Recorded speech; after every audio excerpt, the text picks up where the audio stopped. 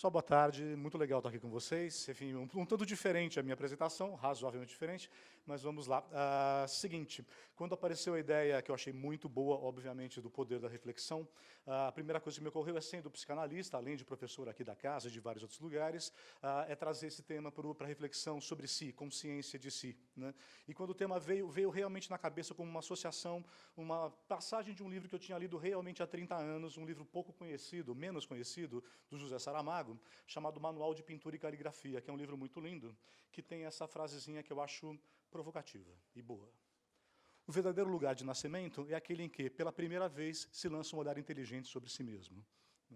Gosto muito, não sei se eu entendi a frase, mas eu gosto muito dela, e eu gosto dela por um motivo muito bom. Ela coloca a própria noção que eu tenho de estar vivo e de ter nascido relacionado à reflexão.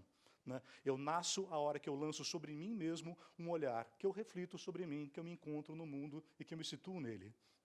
A reflexão, consciência de si, significa, então, inicialmente para mim, desde a minha perspectiva, a ideia de que a gente é dividido em dois. Eu sou um eu que age, um eu que está aqui falando, e que está agindo, e que está suando, e que está, no mundo da ação. E um outro eu que se auto-observa, e que me faz gaguejar. Enquanto um fala, o outro me faz gaguejar um pouquinho inseguro do que eu estou falando. Eu sou um que age, eu sou um que se auto-observa. E o simples fato de eu ser dois já me coloca sempre, para sempre, inacabado. Porque eu observo a minha ação. Quando eu observo a minha ação, eu me transformo. É essa que é a questão da reflexão. Eu me autotransformo. Me transformando, eu tenho que olhar para mim de novo. E quando eu me olho de novo, eu me transformo de novo. E assim ao infinito. Refletir já coloca a gente em um inacabamento que não tem jeito, não tem mais jeito. É um processo que vai certamente prosseguir indefinidamente. Refletir significa, literalmente, aquela papo de professor, que é o meu papo, dobrar-se sobre, debruçar-se. Refletir é se desdobrar. Então, tem um elemento da reflexão que é um sair do fluxo, importantíssimo para a gente. O que é o fluxo? O fluxo é o nosso dia a dia entupido de demandas. Demandas da mídia social, demanda de trabalho, demanda do afeto, dos amigos, da família, demanda para todo lado. E vocês sabem, se a gente tenta atender a todas as demandas, a gente se esvai tentando e está sempre devendo para alguém. Não tem como a gente vencer esse negócio. E essa demanda costuma ser tamanha, e as exigências tamanhas, que elas ganham quase para a gente, em psicanálise, uma cara de trauma. Eu não me sinto que eu estou agindo, que eu estou vivendo, eu sinto que eu estou só reagindo. Eu não estou exatamente agindo. Qual é a diferença? Como é que a gente faz a nossa agenda hoje, a qualquer dia? Eu escolho para fazer... Senhor, falais comigo? Bom, vamos lá. Devo mudar de rumo? Vamos continuar onde eu estava. Fiquei preocupado. Mas, enfim, a ideia vai ser, então, qual? Na medida em que eu estava assim, qual é a diferença? Como é que eu vou priorizar a minha ação? Eu vou fazer agora aquilo que faz mais sentido e é mais importante, ou vou fazer o que está mais atrasado e eu não posso mais adiar? É exatamente essa a diferença. Quando eu ajo, eu estou priorizando aquilo que é significativo, aquilo que é real e é importante. Quando eu estou abarrotado de demandas, eu apenas reajo, eu apenas tiro coisa da frente. Eu não faço trabalhos, eu tiro o trabalho da frente. Uma vez eu aprendo muito, obviamente, com alunos aqui da SPM há quase 30 anos, tem muito para aprender sempre. Uma vez eu perguntava para um aluno, numa conversa, o que você sonha para você daqui 5 anos, 10 anos? Ele olhou para mim e falou, como assim 5, 10 anos? Sem chances de pensar nisso. Eu quero saber como é que eu chego vivo na sexta-feira. É tudo que eu consigo pensar. Essa frase pegou muito pesado para mim, porque rigorosamente é isso. Absolutamente abarrotados pela demanda, eu não consigo, como falou agora o rapper, eu não consigo sonhar. Eu não consigo ter perspectiva, eu fico colado no imediato. A reflexão, então, me tira do imediato. Opa, voltar. Me tira do imediato e me faz colocar numa outra perspectiva. Sair do imediato, hoje, especificamente para nós, hoje, onde nós estamos falando, é essencial porque a gente está vivendo, obviamente, um clima absolutamente pavoroso e também de violência. Quando a gente está com medo, quando a gente está assustado, a gente não pensa, a gente só reage. A gente não vota a favor de alguém, a gente só vota contra o outro. A gente não consegue pensar, a gente não consegue se posicionar. E eu sou certo, se eu ganhar, estaremos bem, salvamos o mundo. Se o outro ganhar, o mundo vai acabar. Em regime de urgência, a gente não pensa. Em regime de nos sentirmos violentados, a gente não pensa. É urgente. São só 2 semanas. A gente tem que sair dessa e pensar. Né? Pensar é, então, agora para onde ia aquele slide que entrou errado, né? É a condição justamente de abstração. É o que toda a filosofia faz, todo o pensamento humano faz há 4, 5 mil anos, né? Talvez 3 mil anos vá lá. Né? É claro que a psicanálise faz também, é uma condição de distanciamento do imediato que me faz ver como as coisas funcionam em perspectiva. Sair da ingenuidade da experiência para ganhar a condição de distanciamento.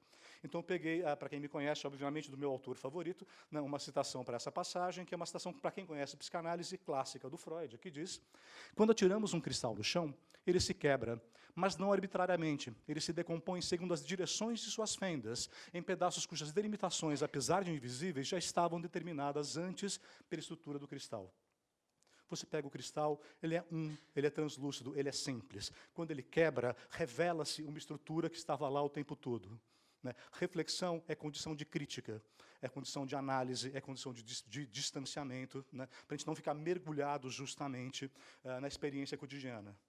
Nesse sentido, refletir, obviamente, ele é imprescindível, mas a reflexão também incorre em um risco muito grande. Qual é o risco? Se agir sem pensar é um horror, né, é estúpido, simplesmente, pensar sem agir também. Né, o pensamento também pode me deixar num plano de reflexão pura, para o qual eu jamais volto para a experiência. Eu fico olhando de longe, superiormente para o mundo, sem agir nunca mais. Né. Isso também é um risco do pensamento, é um risco da reflexão. Né? É preciso, de alguma forma, então, também tomar o cuidado que, uma vez que eu saiba que eu preciso refletir e sair do fluxo, eu preciso voltar para o fluxo. Eu preciso voltar para a vida e transformar essa vida. Né? Vários autores falam sobre isso, mas eu peguei para falar sobre o risco da reflexão que fica em si, um craque em reflexão. Né? O monólogo mais importante que a gente conhece em teatro, da peça Hamlet, do Shakespeare, todo mundo conhece o começo, obviamente, o ser ou não ser, é uma belíssima reflexão sobre se vale a pena ou não estar vivo no Setembro Amarelo, e a conclusão dele não é a que você pode imaginar. Né? Em todo caso, depois de muito pensar, sem poder decidir, ele, que é o grande pensador, o grande homem do monólogo, fala do risco do pensar demais. E o risco é esse. Né? Lá depois do ser ou não ser. E assim, a reflexão faz todos nós covardes. E assim, o matiz natural da decisão se transforma no doentio pálido do pensamento. E empreitadas de vigor e coragem, refletidas demais, saem de seu caminho, perdem o nome de ação. Então, agir sem pensar é péssimo. Pensar sem agir é identicamente péssimo. A gente sai do imediato, ganha perspectiva, ganha inteligência e volta para a vida. Né? Quando a gente, então, volta para a vida, a gente volta para a vida refletidamente, de volta na consciência de si, sabendo que a gente é pequeno, sabendo que a gente é finito, sabendo que a gente é autoinsuficiente. Né? A reflexão, de novo, quando eu não reflito, me parece que minha dor de dente é a coisa mais importante do mundo. Que aquela minha tia no grupo de WhatsApp na família, matá-la é a minha prioridade absoluta. No mínimo, sair do grupo. Né? Que o trabalho que eu tenho que entregar hoje é minha vida e que eu vou morrer sem. Né? A gente é absorvido por esse imediato. Né? A gente precisa, então, na reflexão, né, voltando para o si, ganhar essa dimensão de escala. O que é isso na escala da minha vida? O que é minha vida na escala de outras vidas? Né? Alguns maravilhosos filósofos que eu adoro falam sobre isso, Nietzsche fala sobre isso, já foi citado aqui hoje muito bem, Freud fala, Montaigne, que eu adoro, fala. Eu peguei um pedacinho de uma pessoa, também já citado aqui hoje, né, que é um pedaço de um poema belíssimo chamado Tabacaria, né? Álvaro de Campos, o narrador em grande mergulho melancólico, está lá fazendo uma enorme viagem melancólica, e ele vê do outro lado da rua o Esteves, sem metafísica, né? O dono da lojinha da frente, que acena para ele e devolve ele para a vida. Né? Mas essa formulação que o Fernando Pessoa faz aqui, via Álvaro de Campos, ela é clássica de perspectivismo. Ela não é pessimista, como eventualmente pode soar, eu leio para vocês. Ele, o Esteves sem metafísica, ele morrerá, eu morrerei. Ele deixará a tabuleta, eu deixarei versos. A certa altura morrerá a tabuleta também, e os versos também. Depois de certa altura morrerá a rua em que estava a tabuleta, e a língua em que foram escritos os versos. Morrerá então o planeta girante em que tudo isso se deu.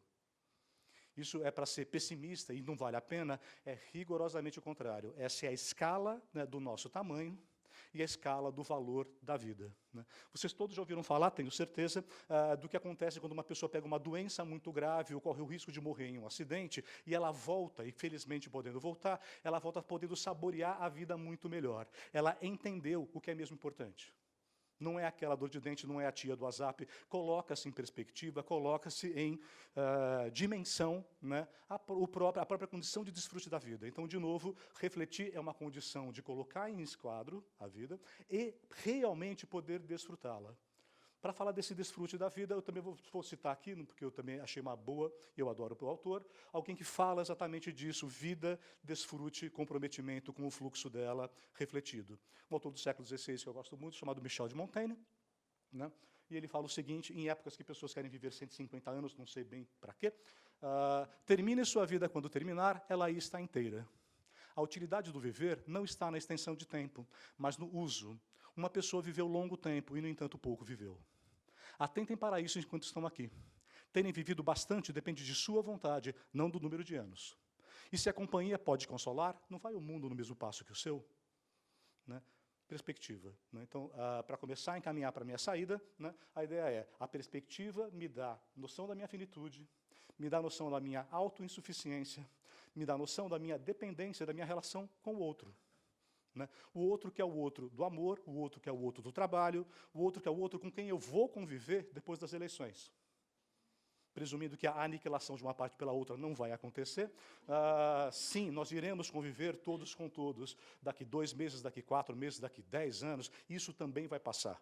Né? E essa perspectiva, então, eu entendendo que só porque eu duvido, isso falava Descartes, eu sou imperfeito, isso já me joga em relação com o outro. De novo, o outro do trabalho, o outro do amor, o outro da amizade, o outro social. Né? O outro que eu tenho que ter empatia, porque se eu sofro, ele há de sofrer também. Tá?